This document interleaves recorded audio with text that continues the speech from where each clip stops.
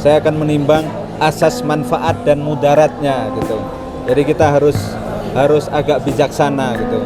Kita punya karya, tapi kalau kemudian karya itu diketahui khalayak mendatangkan mudarat kan harus kita timbang-timbang. Skenario boleh besar, boleh kuat, boleh hebat, tetapi sehebat apapun, sekuat apapun, serinci apapun skenario manusia tidak akan mampu mengalahkan skenario Tuhan.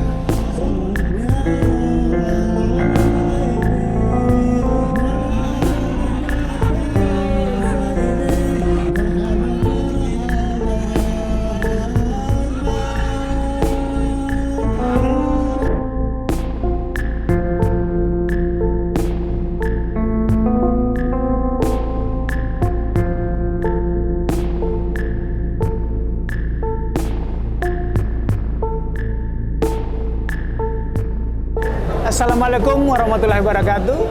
Salam sejahtera untuk kita sekalian. Om Swastiastu, Namo Buddhaya, salam kebajikan. Tribuners dan pemirsa Warta Kota, bersama saya Domu Ambarita, Wakil Direktur Pemberitaan Tribun Network yang hadir di 35 provinsi menuju 38. Saat ini kami bersama Mas Anas Urbaningrum, mantan Ketua Partai Demokrat, mantan anggota Komisi Pemilihan Umum, dan aktivis pemuda dari Himpunan Mahasiswa Islam. Assalamualaikum Mas Anas. Salam. Gimana kabarnya Mas? Baik, alhamdulillah. Ini habis buka puasa ya. Kondisi lebih segar, tapi agak capek dikit karena maraton tadi kan. Tentu. Saya mengikuti dari pagi, dari siang ya. Maraton dari Sukamiskin ke sini. Ya, tapi alhamdulillah sehat. Turut senang Mas Anas telah selesai sekolah setelah 9 tahun 3 bulan. 9 tahun 3 bulan. 9 tahun 3 bulan dan hanya dapat 3 bulan remisi.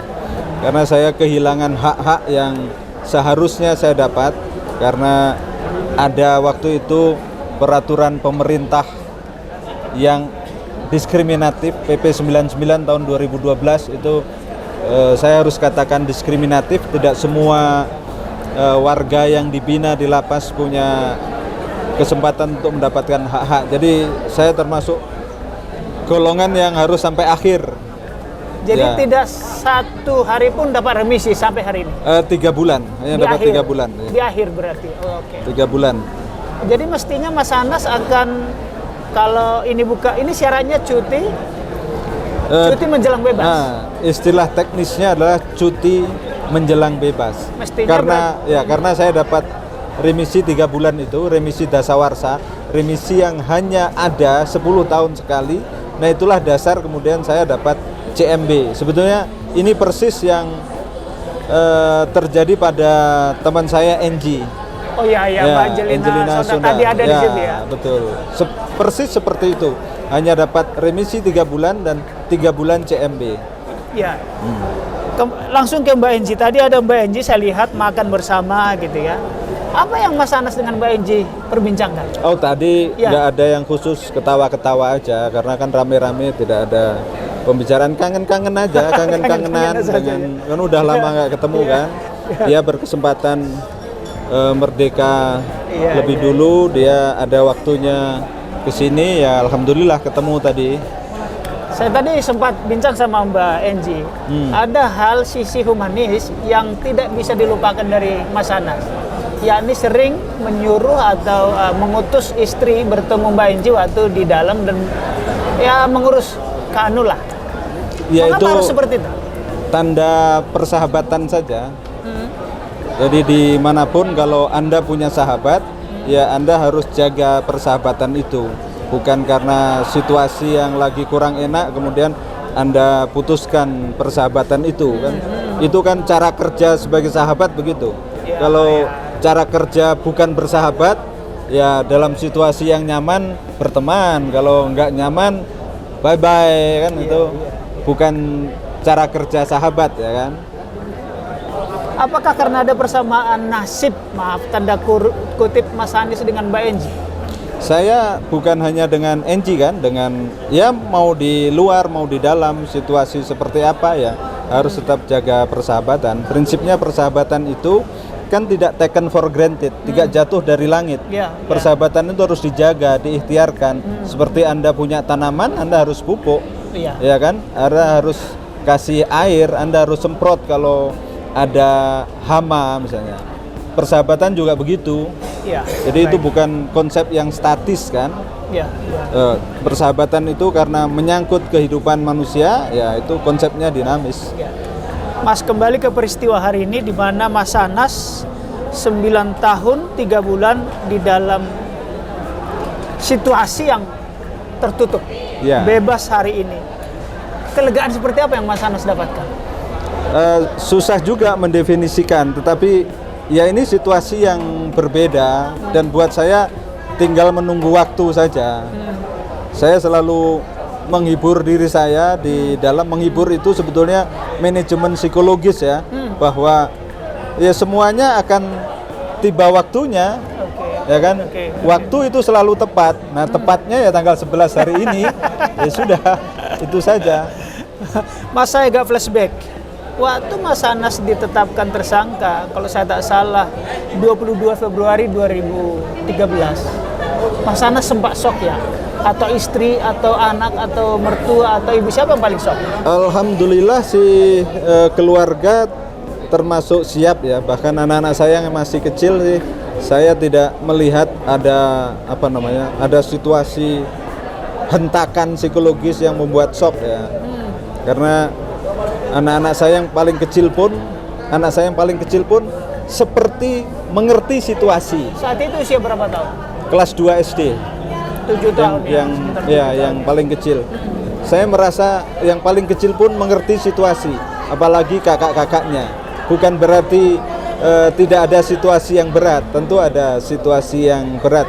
Tetapi saya melihat dan sekaligus bersyukur ya mereka mengerti keadaan yang melingkupi perkara yang dituduhkan kepada saya gitu.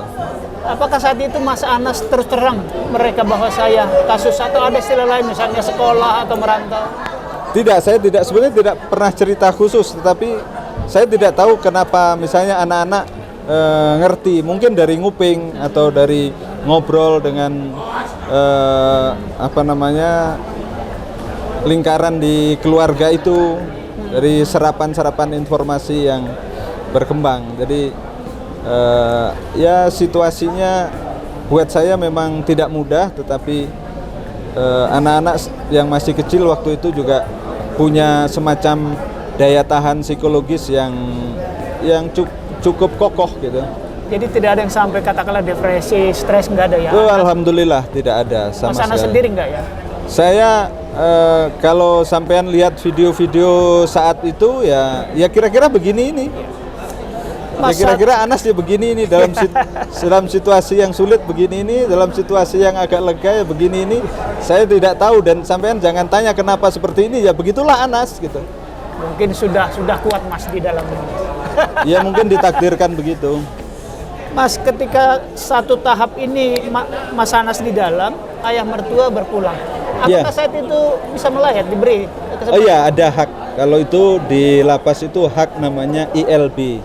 Apa itu, Mas? Izin luar biasa. Jadi kalau ada keluarga inti meninggal, kemudian ada keluarga inti sakit dalam kondisi sakit khusus ya, yang relatif menurut lapas berat lah ya, itu memang di undang-undang diatur hak itu, seperti itu. Jadi boleh diizinkan. Kita tahu beliau kiai besar, ulama besar ya, dan memang dalam satu cuplikan kasus ada harta yang disinggungkan dengan beliau. Seberapa kehilangan Mas Anas dengan mertua? Ya tentu tidak ada kalau kehilangan keluarga tidak kehilangan kan. Kita teman saja kehilangan, kita tetangga saja kehilangan gitu. Kalau kita punya interaksi yang dalam dengan siapapun kemudian meninggalkan kita ya pasti kehilangan. Ya. Mas sedikit lagi, selama di dalam 9 tahun sekian, apakah ada suatu karya yang Mas Anas telurkan, menulis buku? Ada coret-coret, atau ya coret-coretan dah ya. Tapi saya akan menimbang apakah coret-coretan itu perlu diketahui oleh khalayak gitu. Saya akan menimbang asas manfaat dan mudaratnya gitu. Jadi kita harus agak bijaksana gitu. Kita punya karya, tapi kalau kemudian karya itu diketahui khalayak mendatangkan mudarat kan harus kita timbang-timbang. Kalau pasti kemudian bermanfaat gitu ya boleh untuk diketahui khalayak gitu. Tidak ada yang serius tapi coret-coretan lah. berupa buku, karya tulis, karya lukis? Saya tidak bisa melukis ya. Coret-coretan itu maksudnya tulisan tangan ya? tulisan ya. Oke, baik. Tulisan. Mas, malam ini selanjutnya kemana? Saya fokus urusan keluarga, jadi ya saya sowan sungkem ibu dulu di Blitar. Di Blitar ya, habis di dari Blitar. oh, berarti malam ini ke Blitar ya. Malam ini ke Blitar. Selanjutnya Blitar kemudian Jakarta, ya ketemu keluarga, ketemu teman-teman di Jakarta. Kira-kira begitu. Pokoknya urusan yang simple-simple, santai-santai ya. Dan untuk yang berat-berat nanti kita ngobrol lagi. Jadi baik, kita Mas. bagian yang hahihi dulu ini. Oke, siap, ya. siap. Terima kasih Mas Ya. Anas. Tribuners, demikian perbincangan singkat dengan Mas Anas. Kita tunggu gebrakan selanjutnya. Terima kasih. Wassalamualaikum warahmatullahi wabarakatuh. Oke, Atur nuhun, ya. Mas. Atur nuhun. Terima kasih ya. Jangan lupa subscribe ya.